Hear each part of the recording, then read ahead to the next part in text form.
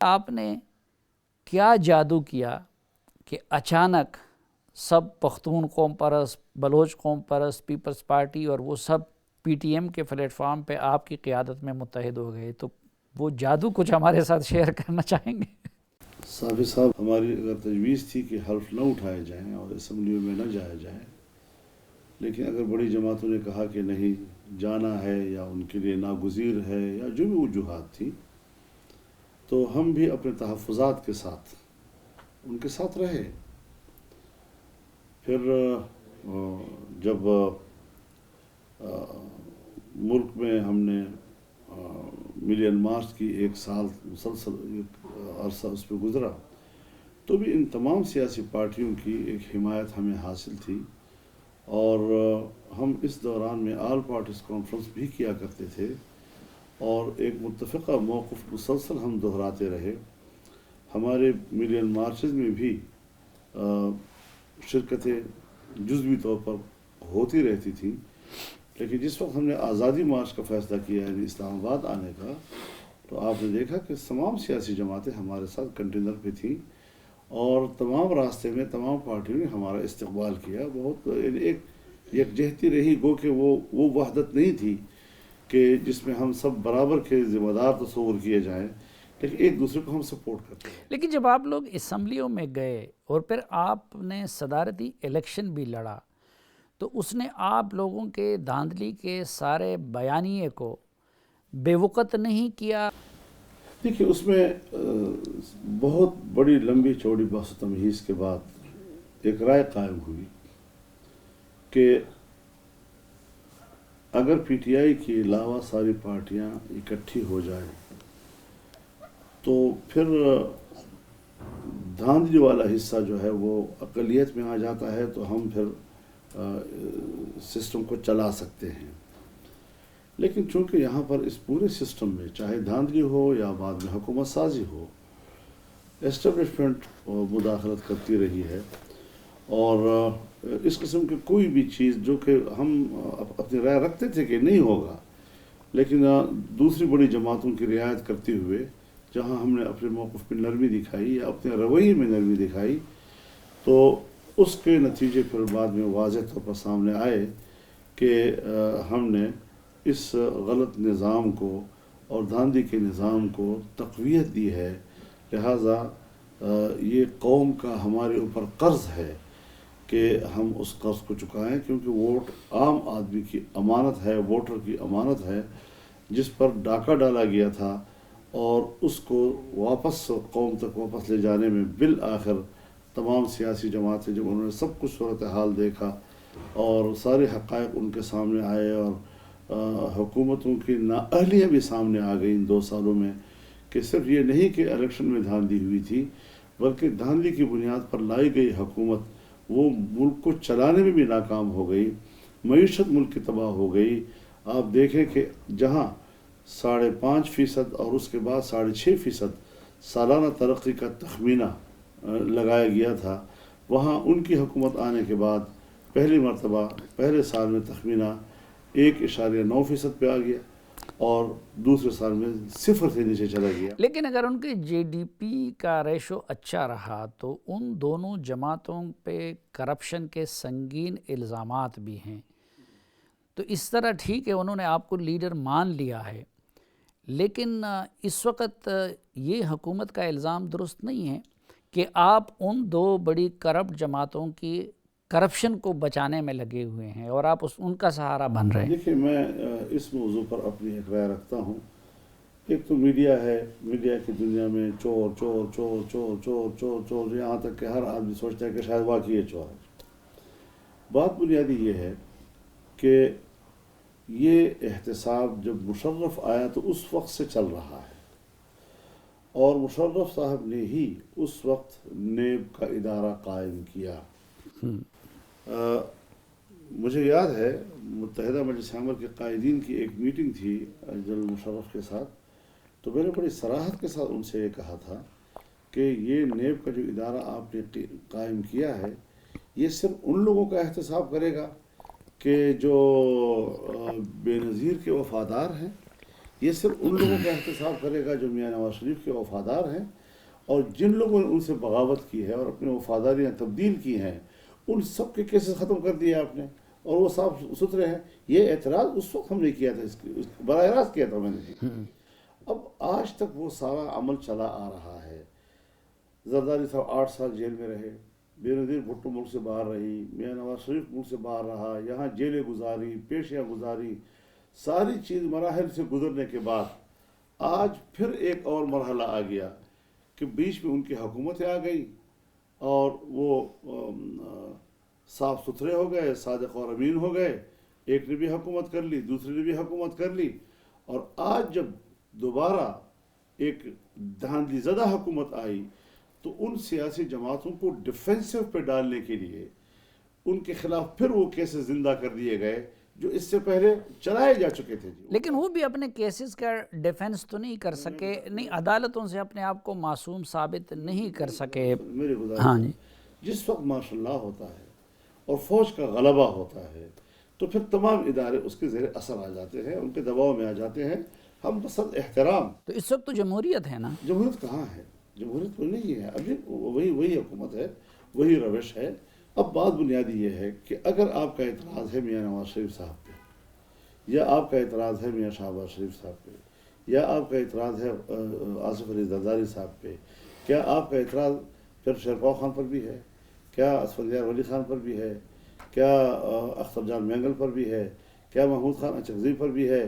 یہ سارے لوگ ایک ہی آواز پہ بات کر رہے ہیں، جبکہ ہاں، یعنی ان پہ تو نیب کے کیسز نہیں ہیں۔ جبکہ پیپلز پارٹی سندھ میں اکثریت کے باوجود کہتی ہے کہ دھاندلی ہوئی ہے، اس کو کیا ضرورت ہے یہ بات کہنے کی؟ مسلم لیگ پنجاب میں لارجر گروپ منتخب ہونے کے باوجود کہتا ہے کہ دھاندلی ہوئی ہے، تو یہ چیز اس کو کرپشن، ان الزامات ان سے جوڑنا یہ تو حماقت ہے۔ بنیادی بات اصولی ہے کہ الیکشن میں دھاندلی ہوئی، دھاندلی کرائی گئی، ایک نااہل کو ملک کا حکمران بنایا گیا اور اس پر 15 سال پیچھے محنت کی گئی کہ عام نوجوان کو یہ احساس دلایا جائے کہ تمہارا روشن مستقبل اگر وابستہ ہے تو اس آدمی کے ساتھ وابستہ ہے جو پاکستان کی سیاست کا انتہائی نااہل ترین آدمی ہے۔ تو یہ کھیل ہمارے ملک میں کھیلے جا رہے ہیں، ان کھیلوں پہ سیاست جو ہے وہ سنجیدہ سیاست متاثر نہیں، لیکن ابھی دیکھیں نواز شریف صاحب عدالت سے اشتہاری تو ہے نا، تو آپ ایک اشتہاری کی وکالت کر رہے ہیں۔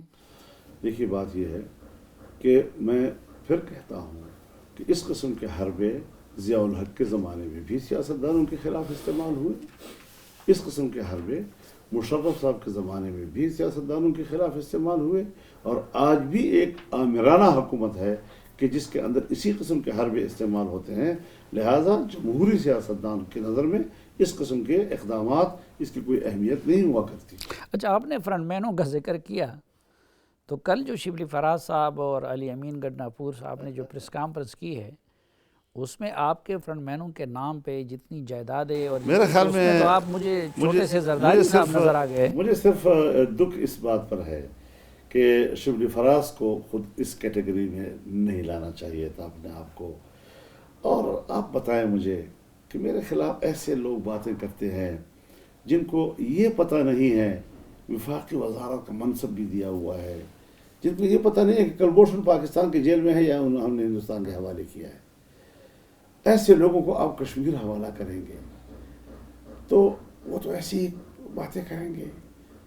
تو نہیں، ان کی نہیں، اب تو نیب نے بھی کہہ دیا کہ ہم مولانا کے خلاف انویسٹیگیشن کر رہے ہیں، اور نیب ہی نے یہ سارا میں ایک تو نیب کو ایک جانبدار ادارہ سمجھتا ہوں، اور میں کہہ چکا ہوں بار بار، فیصلہ کر لیا ہے کہ پوری دنیا کے سامنے ہم نے عوام کے نمائندوں کو چور بنا کر دکھانا ہے اور بدنام کرنا ہے۔ اس کے پیچھے وہی لوگ ہوتے ہیں، ان کو آگے کر کے یہ ان کے فرنٹ مین ہوتے ہیں، ہمارا کوئی فرنٹ مین نہیں ہے، ان کے یہ فرنٹ مین ہوتے ہیں جو روزانہ کسی پریس کانفرنس میں آ کر پھر ڈولکی بجاتے ہیں کسی اور کی۔ تو یہ لوگ جو ہیں یہ اس قابل نہیں ہے کہ ان کے بیان پر ہم تبصرہ کر سکیں۔ صاف ستھری سیاست کی ہے، میدان عمل میں ہوں، ضرورت ہے تو کوئی آئے اور کوئی اس قسم کے جھوٹ بول کر آپ کب تک سیاسی مقاصد حاصل کریں گے؟ تو جھوٹے انسان کی اور میں آپ ایک صحافی کی حیثیت سے آپ سے کہنا چاہتا ہوں، جناب رسول اللہ صلی اللہ علیہ وسلم نے فرمایا کفا بالمرء کذبا ان یحدث بکل ما سمع، کسی آدمی کے جھوٹا ہونے کے لیے اتنا ہی کافی ہے کہ وہ ہر سنی سنائی بات جو ہے دوسروں کو کہتا رہے. تو آپ صحافی لوگ بھی اس قسم کے لوگوں کی بات نہیں، لیکن وہ چیئرمین نیب تو نمازیں بھی پڑھتا ہے، اب عمر کے بھی اس حصے میں ہے، اس سے پہلے سپریم کورٹ کے جج رہے ہیں، تو میں وہ بہت ذاتی طور پہ احترام کرتا ہوں، لیکن بسد احترام وہ بھی اس وقت بوجوہ دباؤ میں ہیں، اور وہ بھی بلیک میل ہوتے رہتے ہیں، وہ بھی استعمال ہوتے رہتے ہیں، خوب استعمال ہو رہے ہیں. اور مجھے ان تمام رابطوں کا، ان ہدایات کا، ان منابع کا جہاں سے کہ اس قسم کی ہدایات یہاں ان اداروں میں آتی ہیں اور پھر یہ ان کے لیے استعمال ہوتے ہیں. چونکہ میں ایک باخبر سیاسی کارکن ہوں، 40 سال اس ماحول میں میں نے گزارے ہیں، کون سی چیز ہے جو اب ہم سے کوئی چھپا سکے گا؟ تو یہ چیزیں ان لوگوں سے کہی جائیں کہ جو نئے ہوتے ہیں بیچارے جلدی سے مروب ہو جاتے ہیں، دباؤ میں آ جاتے ہیں. میں ان مشکلات سے بہت گزر چکا ہوں اور ہر زمانے میں گزرا ہوں، اور ہر زمانے میں اس قسم کے الزامات لگے ہیں. ایک زمانے میں میرے بارے میں کہا گیا کہ دبئی میں اس کا ہوٹل ہے، اور آج تو ایک فلیٹ کی بات کی گئی ہے، تو وہ نیچے آ گئے ہیں نا. تو وہ تو پچھلے دن آپ نے دبئی کے حکمرانوں کے بارے میں اسرائیل کے معاملے پہ جو بیان دیا، اس سے تو لگتا ہے کہ وہ اگر ہو بھی تو ضبط ہو چکا ہوگا. اس قسم کی چیزیں میرے بارے میں پتہ نہیں کیا کیا کہا گیا تھا. نہیں تو پھر آپ لاہور میں ایک گلاس فیکٹری ہے جو ایک عرب شیخ نہیں خرید سکا تھا، فضل الرحمان نے خرید دیا، اس کا زمین پر وجود ہی نہیں. تو پھر آپ پیش ہو کے عدالت میں، نیب میں، عمران خان صاحب کی طرح صادق اور امین کا سرٹیفکیٹ کیوں نہیں لے لیتے؟ میں ان سے کیوں سرٹیفکیٹ لوں؟ میں خود صادق اور امین ہوں الحمدللہ، میری سیاست صاف ہے. یہ کون ہوتے ہیں مجھ سے پوچھنے والے؟ ان کو تو میں اپنے قدموں کے برابر بھی نہیں سمجھتا. میرا کردار ہے، میں نے زندگی گزاری ہے، میرے والد صاحب کا کردار رہا ہے، ایک صاف ستھرے کردار کے ساتھ میں ان لوگوں کے سامنے پیش ہو کر اپنے کردار پر حروف اور نقش ڈالتا رہوں، یہ کوئی مسئلہ نہیں ہے. وہ ایک عظیم ہستی صلی اللہ علیہ وسلم کے سوا کوئی دوسرا یہ دعویٰ کر سکتا ہے کہ میں صادق اور امین ہوں؟ یہ صرف ان کے لیے اپنے بارے میں یا انسان خود جانتا ہے یا اس کا اللہ جانتا ہے. میں اپنے اوپر گواہی دیتا ہوں، اور میں نے اللہ کے سامنے جواب دینا ہے کہ الحمدللہ پاکستان میں اگر کوئی اور صاف ستھرا سیاستدان ہے جس نے کہ قومی خزانے کو نقصان نہیں پہنچایا، جس نے اپنے کسی منصب کو ذاتی دولت کے لیے استعمال نہیں کیا، تو اس میں آپ کے سامنے یہ حقیر بیٹھا ہوا یہ فضل الرحمان بھی ہو. لیکن جن کو آپ لیڈ کر رہے ہیں اور آپ کی تحریک کے نتیجے میں جن کو سہولت ملے گی یا جن کو حکومت ملے گی، زرداری صاحب اور نواز شریف صاحب، وہ تو نہ ریلیٹ کریں اس چیز سے. یہ غلط ریلیشن ہے جی، یہ غلط. ایک سیاسی اتحاد ہے، ایک سیاسی موقف کے ساتھ ہے. دو چیزیں ہیں، ایک ہے سیاسی پہلو، ایک ہے اقتصادی پہلو.